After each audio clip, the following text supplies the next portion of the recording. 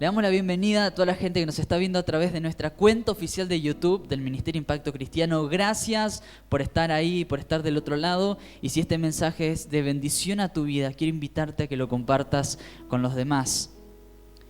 El año pasado, 2020, el último culto del año fue un 27, si no me equivoco, un 27 de diciembre.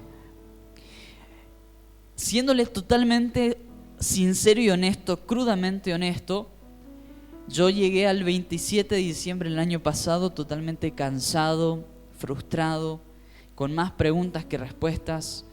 En el corazón había una cantidad de cuestiones que no sabían cómo resolverse. Yo no me sentía bien. De hecho, el mensaje que lo compartí el año pasado a estas fechas, obviamente fue un mensaje de parte de Dios que ministró mi vida, pero recuerdo que lo prediqué también desde este punto de la angustia, ¿no? A veces uno no está bien emocionalmente todo el tiempo y a veces uno viene a las reuniones y uno no está de lo más bien, aunque uno por ahí la pilotea bastante bien, ¿no? Y quizás afuera se ve que las cosas están bien, pero adentro internamente no funciona. Pero viendo hace 365 días atrás, ese 27 de diciembre, y parándome hoy en este punto, yo puedo decir una palabra que me encanta esta palabra y creo que es clave, y es Ebenezer. Ebenezer apunta a lo siguiente: hasta aquí nos ayudó el Señor. Y yo quiero hablar sobre esta palabra, porque hoy yo veo este año transitado y hoy puedo decir Ebenezer. Quizás el año pasado a esta altura no me nacía tanto. No me nacía con toda la euforia, decía, oh Señor, gracias por el año. Porque fue un año de pandemia, un año raro, un año que tuvo tanta inestabilidad. Yo recién arrancaba con el pastorado. Era un lío bárbaro y hoy yo veo y me puedo parar en este punto y puedo decir, Señor, gracias, hasta aquí me ayudaste. Ebenezer, hasta aquí nos ayudó el Señor. ¿Y cuántos pueden decir eso en esta noche? Ebenezer, hasta aquí nos ayudó el Señor. Ahora, en ese transitar del Ebenezer, hasta llegar a este punto de decir hasta aquí me ayudó el Señor, si dice la palabra hasta aquí me ayudó es porque hubieron circunstancias que me pusieron al límite. Hubieron momentos que no fueron del todo buenos, momentos que me sacaron de mi zona de confort, que me hicieron dudar, que me hicieron llorar, que me hicieron enojar. Y yo puedo ver este mensaje del día de hoy como un mensaje estratégico, es un mensaje bisagra, un mensaje que tiene que ver con lo que vivimos este año, pero un mensaje con lo que vamos a vivir el año que viene. Y yo quiero serte bien sincero, honesto y práctico en esta noche.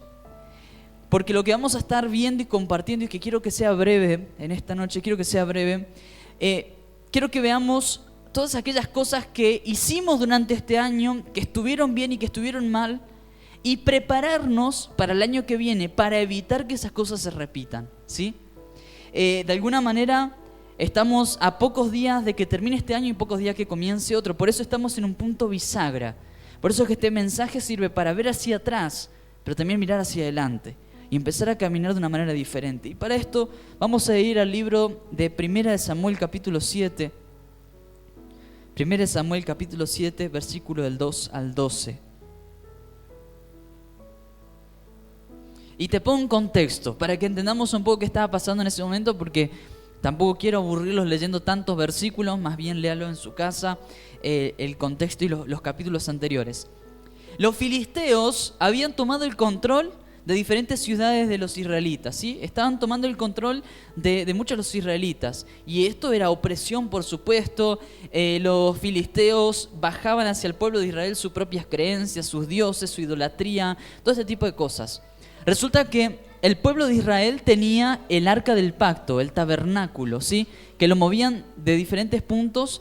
Y el arca del pacto representaba la presencia de Dios. ¿Vamos bien hasta acá? ¿Me van siguiendo? Ok. Resulta que los filisteos secuestraron el arca del pacto con todos los utensilios del tabernáculo y lo empezaron a llevar a diferentes ciudades de los filisteos para esconderlo, para guardarlo como quien guarda algo en un sótano.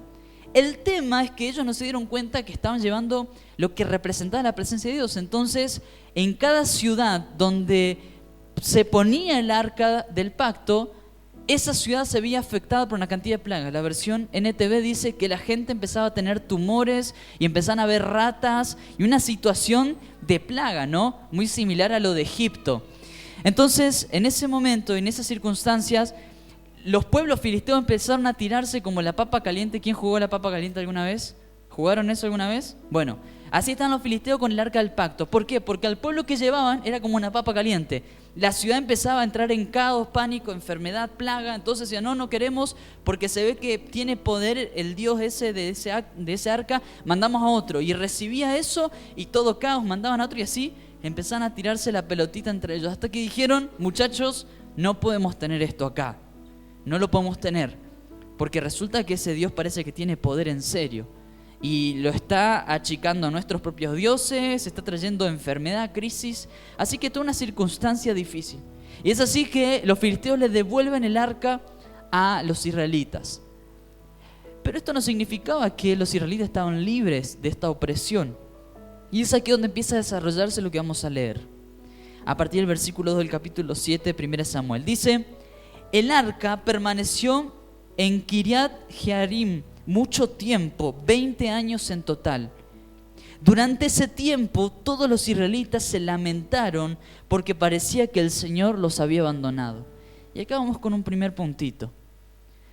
¿Cuántos en algún momento durante este año hemos sentido que de alguna manera u otra Dios nos había abandonado? O que Dios no nos escuchaba. No hace falta que me lo responda, pero respóndase a sí mismo. Para serles sincero, hubieron muchos momentos donde yo miraba al cielo y decía, Dios, ¿dónde estás? ¿Dónde estás que no te estoy escuchando? ¿Dónde estás que no te estoy viendo? Que no sé qué está pasando. Y quizás no fueron 20 años como lo que vivieron los israelitas, pero quizás fueron meses, semanas, días. Pero probablemente vos y yo a lo largo del año nos hemos enfrentado a circunstancias o situaciones que incluso nos hicieron dudar de que si Dios estaba o Dios no estaba. Como me pasó a mí. Y así estaban los israelitas. Sentían que Dios no estaba, que Dios los había abandonado. Estaban angustiados. Se lamentaban porque sentían que Dios no estaba. Entonces, dice el versículo, Samuel le dijo a todo el pueblo de Israel, si de todo corazón desean volver al Señor. Y acá estaba la respuesta de por qué ellos sentían que Dios los había abandonado. Número 1, desháganse de sus dioses ajenos y de las imágenes de Astoret. 2, dediquen su corazón al Señor. Y 3, obedézcanlo solamente a Él. Entonces Él los rescatará de los filisteos. Y el Señor me llevaba a ver una revisión de mi vida y mi corazón como fue durante este año. Y empecé a notar de que quizás yo no adoraba a otros dioses como estatuas de madera o de piedra o de yeso, pero sí durante muchas oportunidades yo estuve poniendo a otras cosas antes que a Dios. Y todo lo que vos pongas en el lugar de Dios ya es idolatría. Llámese dinero, llámese personas, llámese sueños, llámese títulos, llámese el nombre que le quieras poner. Pero todo lo que vos pongas por encima de Dios o en el lugar de Dios es idolatría.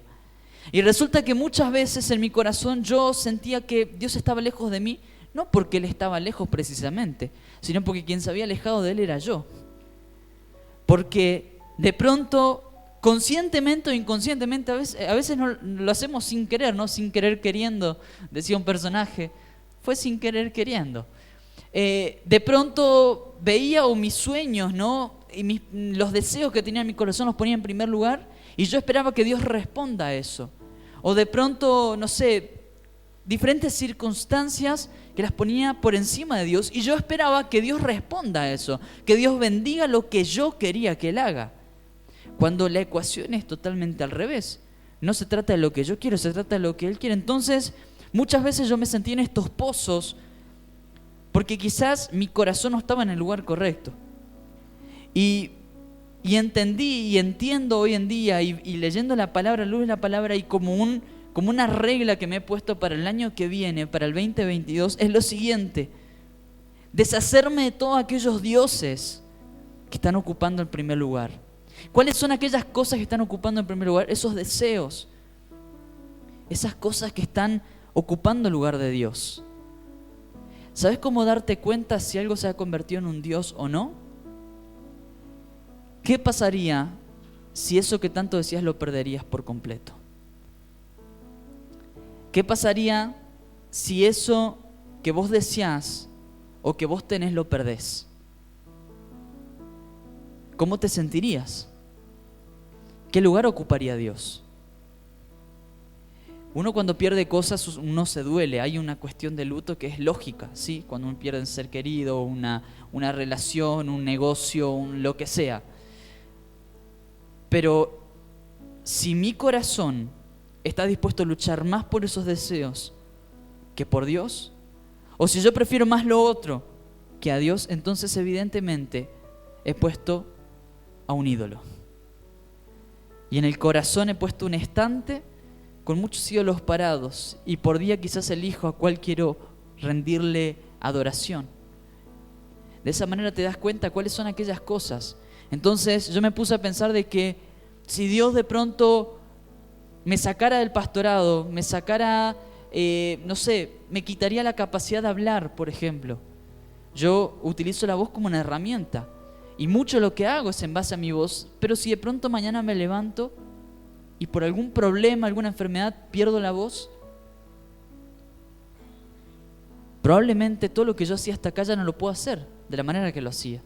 Ni predicar, ni hablar, ni grabar videos, ni subir TikToks, Instagram, lo que sea.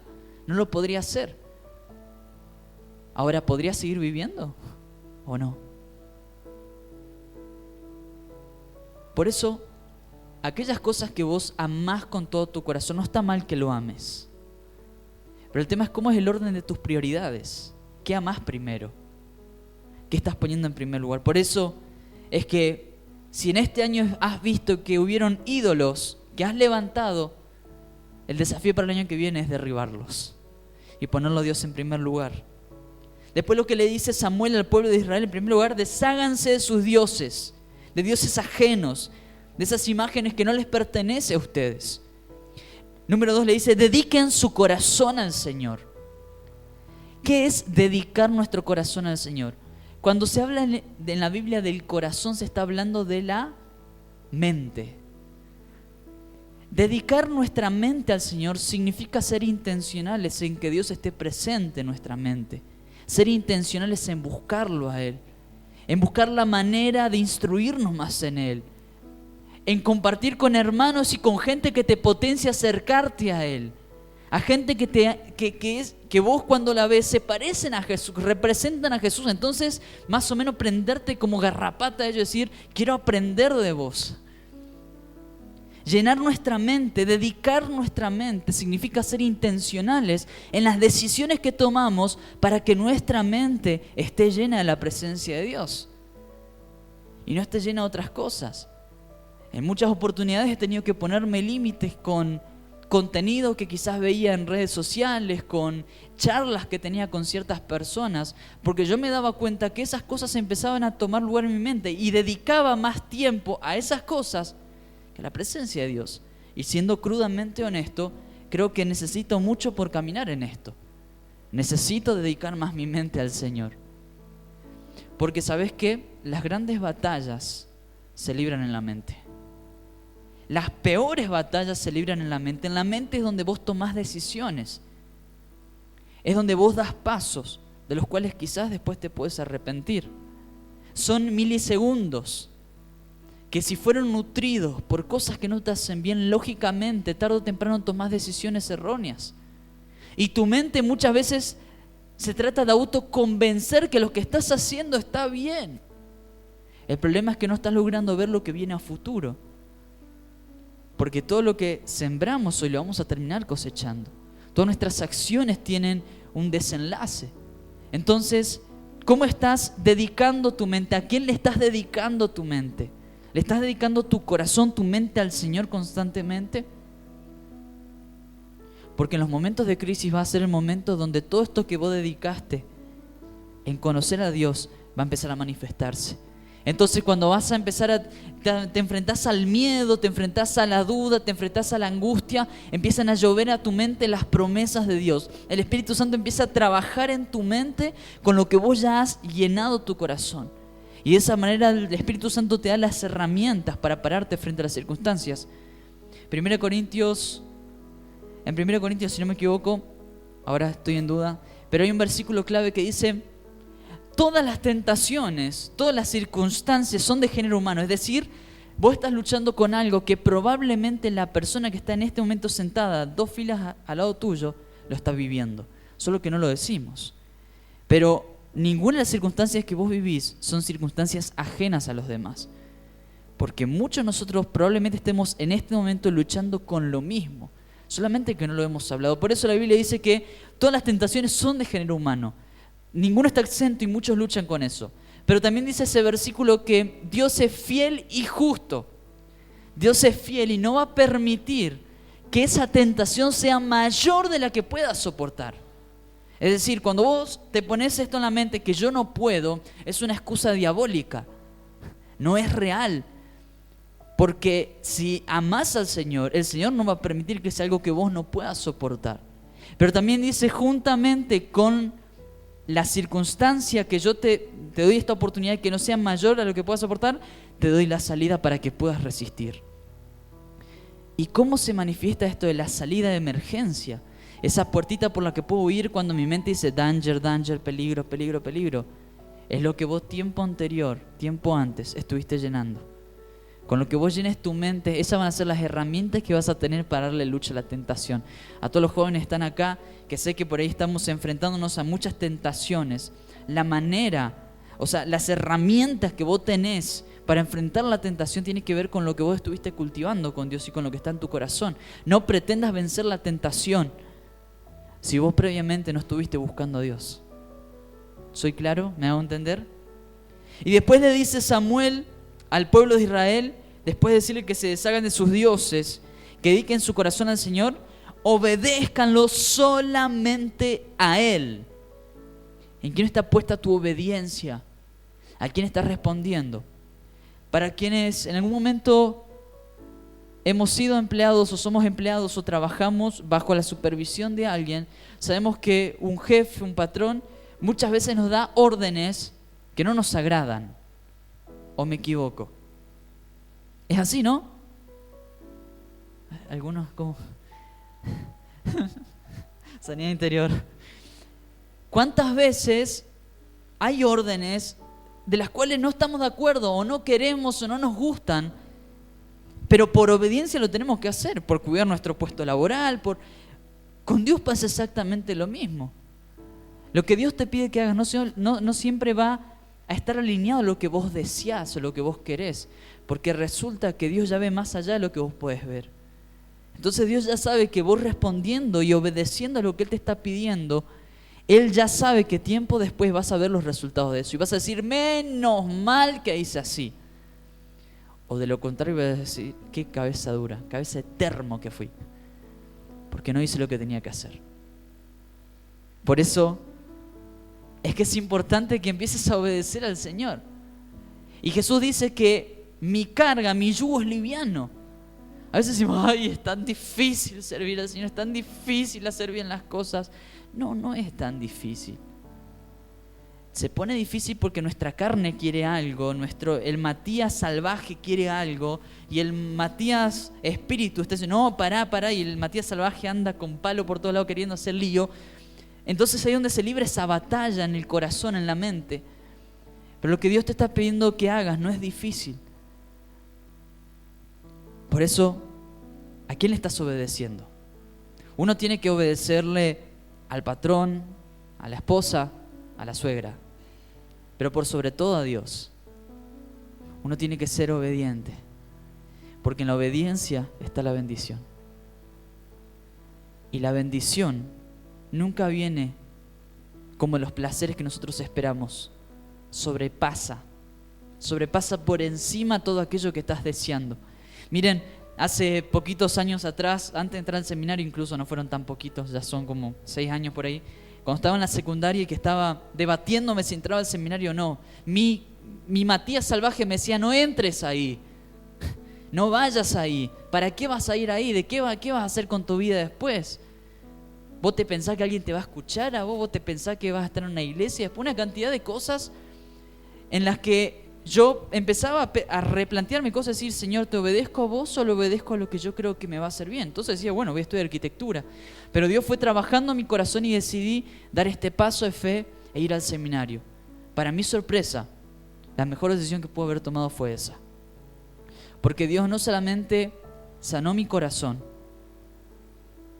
sino me permitió, gracias al seminario, poder reencontrarme y mis hermanos, está Keila, está Pablo presente, no me van a dejar mentir. Antes del seminario fue como antes de Cristo y después de Cristo, ¿no? Creo que hasta ahí no había aceptado a Cristo todavía. Hasta ese punto yo sentía rechazo hacia mi entorno familiar, no era el ejemplo por excelencia, ¿no? Y gracias al seminario y donde Dios me cacheteó, Dios trabajó mi interior, trabajó mi corazón, me permitió acercarme a mis hermanos y hoy si hay gente a la que yo defiendo y si hacerle algo y se me va el amor en Cristo, es a mis hermanos.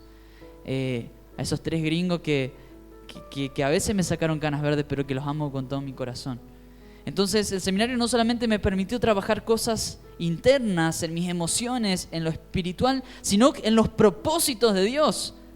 Hace 6 años nunca me hubiese imaginado que iba a estar acá en Aristóbulo del Valle compartiéndoles a ustedes. Yo me imaginaba metido dentro de un departamento, un posado estudiando arquitectura, lo que no significa que esté mal, pero no era lo que Dios quería conmigo. Por eso haberle obedecido hasta incluso me permitió conocer a mi esposa.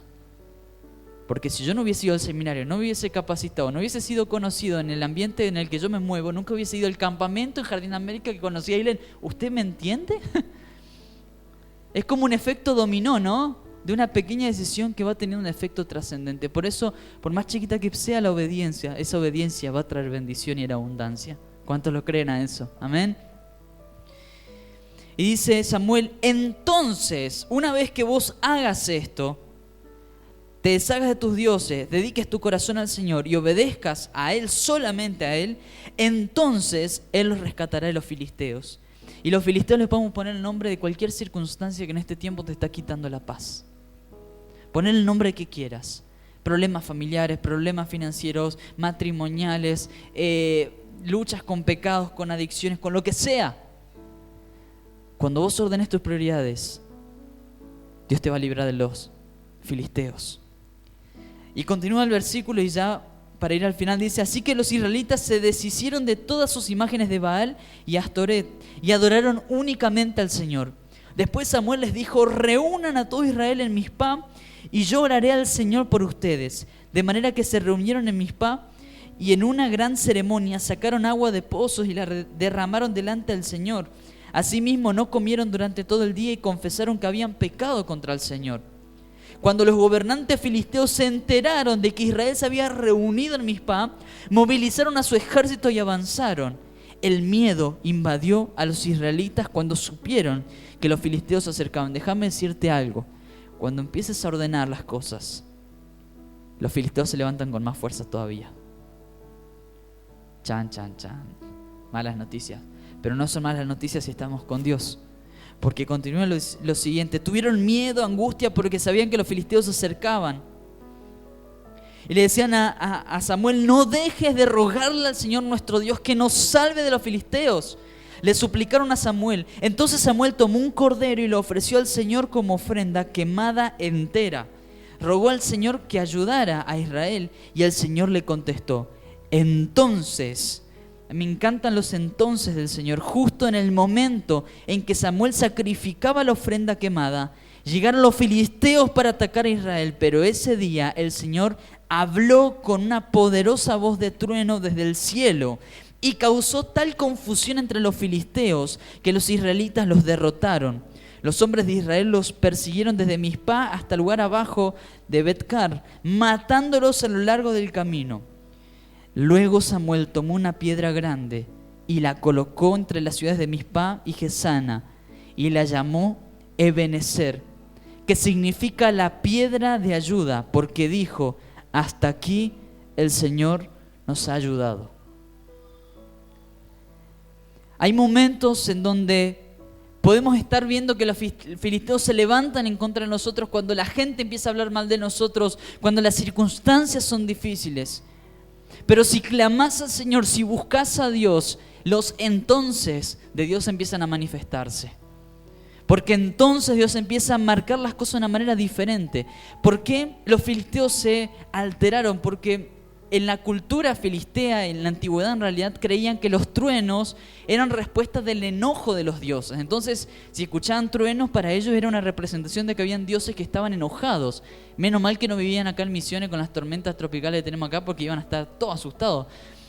Pero entonces, cuando hubo ese trueno, esto le permitió al pueblo de Israel pararse por encima de los filisteos, que estaban todos desorbitados, asustados, y vencerlos. Y es aquí en donde Samuel se para y dice esta famosa frase: Ebenezer, hasta aquí nos ayudó el Señor. ¿Y sabes cuál es mi deseo? Quizás hoy vos mirás y decís, no me da tanta gana de decir Ebenezer, porque quizás las cosas no salieron como yo esperaba. Yo te desafío a lo siguiente: a que en este nuevo año que se aproxima, empieces a caminar de esta manera. Empieces a caminar como caminaba Samuel, como caminaba el pueblo de Israel. A tomar las decisiones que ellos tomaron para que el año que viene, cuando sea 28, 29, no sé qué fecha va a ser el año que viene, nuestro último culto, puedas declarar Ebenezer. No obstante, a pesar de las circunstancias, yo creo que de todos modos podemos gritar a los cuatro vientos: hasta aquí nos ayudó el Señor. Porque su ayuda siempre está presente para quienes lo aman.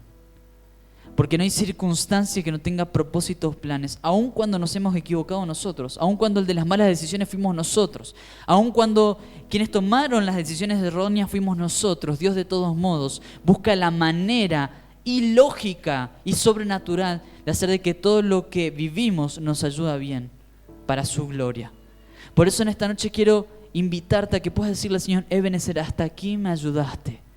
Fue difícil, fue dura la batalla, pero hasta aquí me ayudaste. Y decirle al Señor: Señor, quiero que el año que viene a estas alturas diga lo mismo: Ebenezer, hasta aquí nos ayudó el Señor. Y esto era lo que de alguna manera quería compartirte en esta noche. Invitarte y desafiarte a quienes nos están viendo a través de YouTube y quienes estamos aquí, a que en esta noche levantes esa piedra de gratitud. Levantes esa piedra simbólica que, así como Samuel puso entre medio de las ciudades declarando: esto representa la victoria de Dios sobre nuestros enemigos, que hoy puedas que tu corazón sea una piedra de gratitud, que esté escrita: Ebenezer, hasta aquí nos ayudó el Señor. Por eso es mi deseo que a través de este mensaje el Señor haga resplandecer su rostro sobre tu vida y ponga en tu vida paz.